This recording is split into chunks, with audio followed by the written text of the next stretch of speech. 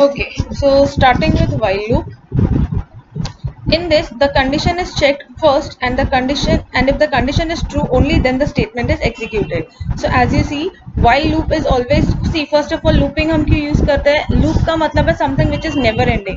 So ऐसा कुछ number of statements है जो हमें बार बार execute करना है until a condition is meet. In that case we use looping structure. So जब तक वो condition true नहीं होता या जब तक वो condition false नहीं होता, depending upon the applications, then तब तक particular number of statements bar bar execute होते रहेंगे. So instead of writing them again and again, we can simply put it in loop. So we have three types of loop, that is while, do while and for loop. So first while loop हम study करेंगे. See this is the syntax for while loop. It says while condition, यानी starting में ही हम पहले condition check करते हैं. अगर वो condition true हुआ, only then the statement block is executed, otherwise it is not. So ये रहा condition flowchart for while loop. Condition is checked, if it is true then execute, if it is false then go to end. Just a minute. Okay, ये रहा. For example, if I is less than 5, print f %d, I plus plus.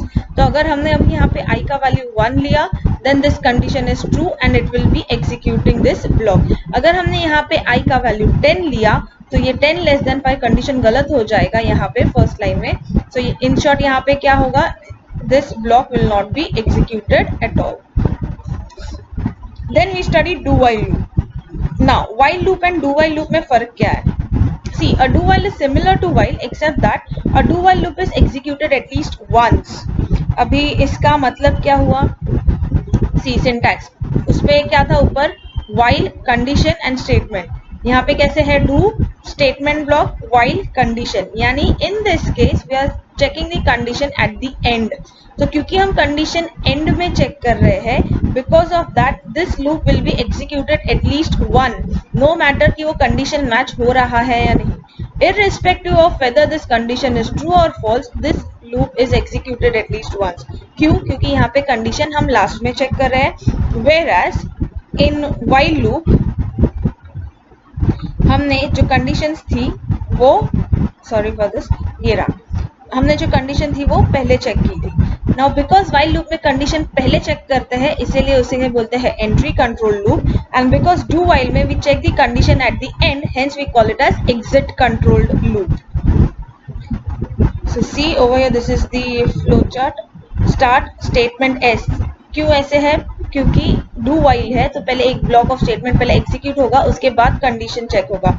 अगर ये condition true है तो वो वापस execute करेगा, अगर ये condition false है तो it will move out. So that's what I'm telling. Even if the condition is false, this block of statement will execute at least once. See, for example, do printf %d, I plus plus while I is less than equals to 5. अभी अगर मैंने यहाँ पे I का value 1 लिया तो ये एक बार एग्जीक्यूट होगा और एक कंडीशन चेक करेगा, तो कंडीशन ट्रू है तो ये वापस जाएगा एग्जीक्यूट करने के लिए.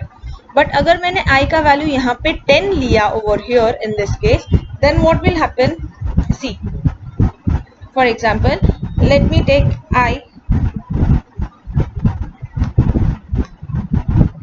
I is equals to 10.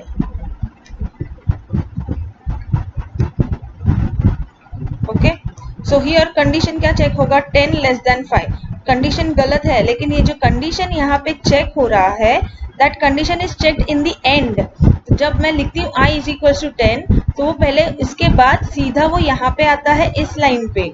So it will first print F %d, I, यानी i का जो वैल्यू है वो आउटपुट में प्रिंट करेगा, that will be 10. Then i plus plus, तो i प्लस प्लस मतलब i का जो भी वैल्यू है उसको +1 करो, I को increment करो by 1, so it is 10 plus 1, that is 11. So now after incrementing you have I का value as 11. After coming out it will again check if I is less than 5. So it is like 11 less than 5. तो ये condition false हो गया, so ये loop के बाहर जाएगा. इसके बाद जो भी immediately next statement होगा वो execute करेगा. So what I'm telling is कि starting में ही ये condition गलत था, but because ये do while loop है, so it will be executed at least once even the condition is wrong, जो कि while conditions में while loop में allowed नहीं है. while loop में हम directly पहले condition check करते हैं. So next, just let me check if I have some diagrammatic explanation. Okay, the diagrammatic I'll send you at the end of the video. Next we are studying the for loop. Now the way we studied two loops, even for loop is used for basically iteration, few steps for repeating it, but it is like the simplest and the easiest way to use and the most frequently used, क्योंकि वो सारे ये जो statements है वो एक ही line में या एट अ टाइम लिखने को अलाउ करता है, even though the execution remains same way. See let us see the syntax. यहाँ पे दिया है for the first part is initialisation, then we have a semicolon, condition, semicolon, increment, decrement, whatever operation, then statement and block. It means that ये जो semicolon है for loop में, ये system को समझाता है कि for loop डाला है, so consider this as one statement, next statement and so on. So let me help you with an example.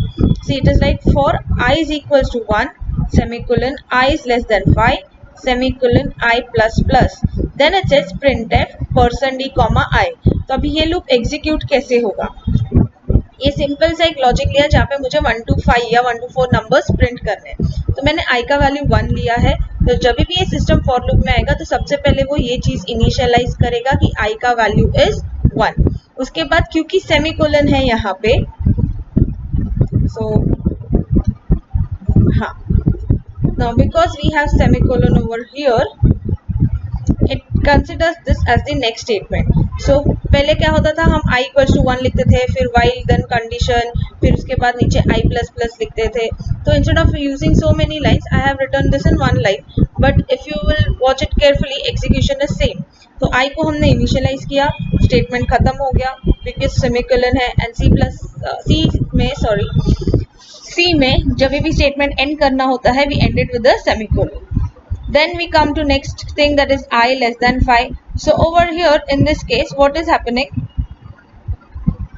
it is checking the condition over here that I का value 1 है, so 1 is less than 5, क्योंकि I का value हमने अभी initialize किया था as 1 over here. So 1 less than 5, condition true है.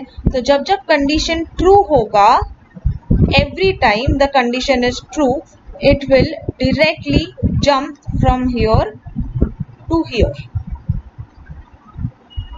यानी ये first execute होगा, यानी initialize करेगा i का value, then we have i less than 5 यानी condition है, condition true हुआ तो वो for loop के अंदर जाएगा. You can see brackets over here. So condition true हुआ तो ये bracket के अंदर जाएगा and it will execute, and once the condition is done, तो ये closing bracket encounter होने के बाद it will come to this statement. So it is like initialization, then you check the condition. If the condition is true, then you go and execute this block, and then you go for I plus plus. अगर ये condition ही false हुआ तो आप सीधा इस block के नीचे वाले statements पे आएंगे. If the condition is false, that's it. Otherwise it is same. यहाँ पे भी देख, for I is equals to 2, I greater than 0, I minus minus. So let us see कि इसका output कैसे आएगा. Let me just select a different colors. Take red. Okay, so it says I is equals to 2, तो यहाँ पे check होगा 2 greater than 0. So condition is true. तो मैंने जैसे बोला कि पहले ये होगा, फिर ये कंडीशन चेक होगा, क्योंकि कंडीशन ट्रू है तो ये जाएगा सीधा फॉर लूप के अंदर. So it will print %d, i, यानी i का जो भी वैल्यू है वो प्रिंट करेगा. So currently the value for i is 2, so it is printing 2. फिर जैसे ही ये ब्रैकेट एनकाउंटर हुआ, it will come here, that is i minus minus. तो जहाँ पे फर्स्ट i का वैल्यू वाज 2, जहाँ पे हमने पहले i का वैल्यू 2 लिया था, i minus minus मतलब you have to decrement the value of i by 1. So यानी 2 minus 1 कितना होता है? 1.